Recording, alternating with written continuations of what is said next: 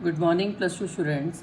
Today, in this last lecture of quantitation chemistry, we will discuss about the CFT. CFT means crystal field theory. Before discussing the crystal field theory, we will discuss with you people the shape of d orbitals. D orbitals, you know, 5. They are of equal energy. That means they are degenerate orbitals. You know the shapes dxy, yz, zx, dx square minus y square, all these are clover leaf shape. Only dz square that is having donut shape. इसमें से जो dxy, yz and zx है, these are having 4 lobes in between the axes, but dx square minus y square is having lobes along the axis. तो इसका भी role play होता है इसमें CFT में, that's why we explain you again and again. And donut shape जो है dz square, it is having only 2 lobes and a nodal ring along the in between the lobes. Now crystal field theory में हमने crystal field splitting energy level diagrams पढ़ने हैं. तो crystal field में क्या होता है कि जैसे ये डीजेनरेट डी ऑर्बिटल्स हैं, it all depends on the nature of the ligand and the number of ligands, कि कितने लीगेंड आपको अप्रोच कर रहे हैं. First of all they are of, I am discussing with you octahedral field, मतलब octahedral complexes में कि जब 6 लीगेंड अप्रोच कर रहे हैं मेटल को. तो first of all these are 5 degenerate orbital, they are of equal energy. As the ligand approach the metal atom या मेटल आयन को अप्रोच करेंगे तो दे एक्साइटेड, वो एक्साइटेड स्टेट में हो जाते हैं. एक्साइटेड स्टेट में ही अगर रहें तो उनकी बारी सेंटर मतलब एनर्जी जीरो होएगी. बट जैसे जैसे लीगेंड उसको अप्रोच करते हैं, they split up into 2 sets, T2G and EG orbital. 3 orbital जो है DXY, YZ and ZX, they are of low energy और उनकी एनर्जी जो है -0.4 डेल्टा नॉट ये हो जाती है, मतलब 0 से कम हो जाती है. और 2 जो है DX square minus y square and DZ square, उनको EG ऑर्बिटल्स कहते हैं. तो EG ऑर्बिटल्स की एनर्जी +0.6 डेल्टा नॉट आ जाती है. डेल्टा नॉट क्या है? Delta naught is CFSE, crystal field stabilisation energy या क्रिस्टल फील्ड स्प्लिटिंग एनर्जी, कि जैसे लीगेंड अप्रोच किए तो उनके जो डीजनरेसी है वो बाइफरकेट होगी, स्प्लिट अप होगी, और उसको उन्होंने 2 सेट ऑफ ऑर्बिटल्स में. और T2G और EG वर्ड कहाँ से आई?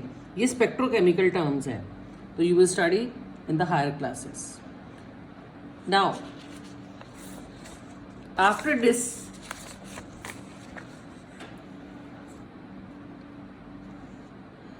अब ये जो उसकी प्रॉब्लम्स थी कि VBT की, कि भाई इसने हमें स्ट्रॉन्ग एंड वीक लीगेंड्स के बारे में नहीं बताया एंड ऑल दैट, ये सारी चीज़ें जो है इस क्रिस्टल फील्ड थ्योरी ने एक्सप्लेन कर दिया.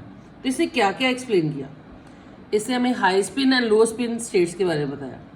उसे कहा कि अगर पहले 1, 2, 3 इलेक्ट्रॉन्स आते हैं तो वो नीचे ही D1, D2, D3 कन्फिग्रेशन आ जाएगी. लेकिन जब D4, D5 वगैरह फिल करना है तो उसमें हमारे पास 2 ऑप्शंस हैं. ये 2 ऑप्शंस क्या है? या तो उसमें पेयरिंग हो जाएगी नीचे वाले 3 ऑर्बिटल से, तो या इलेक्ट्रॉन जो है वो EG ऑर्बिटल्स में जाएगा. अब EG में जाएगा या T2G में जाएगा, ये सारा डिपेंड करता है 2 वैल्यूज़ पर. एक डेल्टा नॉट जो मैंने अभी बताया CFSE, एंड एक P means pairing energy. If delta naught is less than P, delta not come है, तो इसका मतलब इलेक्ट्रॉन जो है EG ऑर्बिटल में चल जाएगा. अगर EG ऑर्बिटल में जाएगा तो हमारे पास कन्फिग्रेशन होगी T2G3 EG1.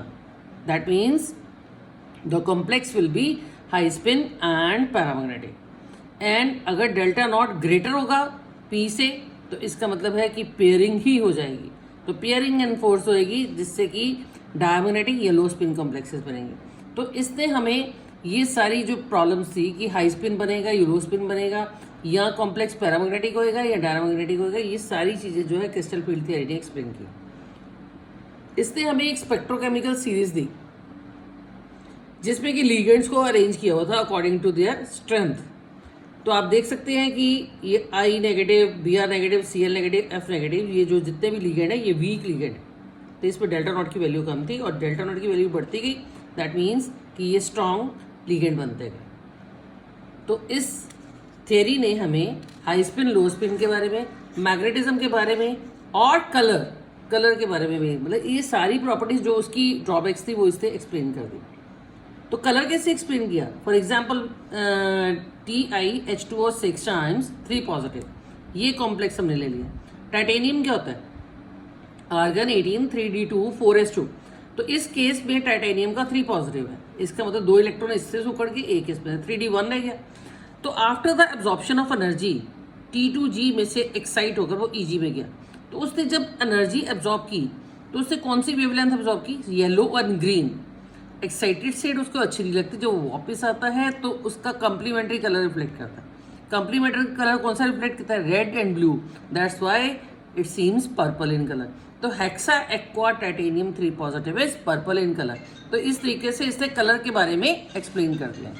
लाइक दैट कि कॉपर सॉल्ट जो है वो ब्लू कलर के होते हैं, या जिंक जो है वो कलरलेस है। तो इसको हम कैसे एक्सप्लेन कर सकते हैं? कॉपर 3d10 4s1 है, तो copper generally exist in copper 2 positive. Copper 2 positive that means कि इसके पास D9 मतलब एक अनपेयर्ड इलेक्ट्रॉन आ गया। तो एक अनपेयर्ड इलेक्ट्रॉन है, इसलिए इसने रेड वेवलेंथ एब्जॉर्ब की और ब्लू कलर रिफ्लेक्ट किया। तो अगर हम ये देखें कि स्कैंडमियम 3 positive, titanium 4 positive, zinc 2 positive, cadmium 2 positive, ये सारे साल वाइट या कलरलेस क्यों हैं? तो इसका मतलब इनके पास कोई भी इलेक्ट्रॉन होगा ही नहीं। तो वेकेंट डी ऑर्बिटल होंगे या कंप्लीटली फिल्ड डी ऑर्बिटल है, जिसके कारण कि वो वाइट है या वो कलरलेस है। नेक्स्ट हम आपके साथ डिस्कस करेंगे टेट्राहेड्रल कॉम्प्लेक्सेस में क्रिस्टल फील्ड थ्योरी।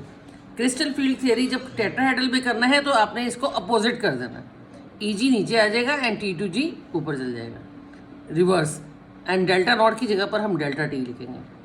और नेक्स्ट हम जो है आपके साथ डिस्कस करेंगे स्केयर फील्ड में। स्केयर प्लेनर में क्या होता है?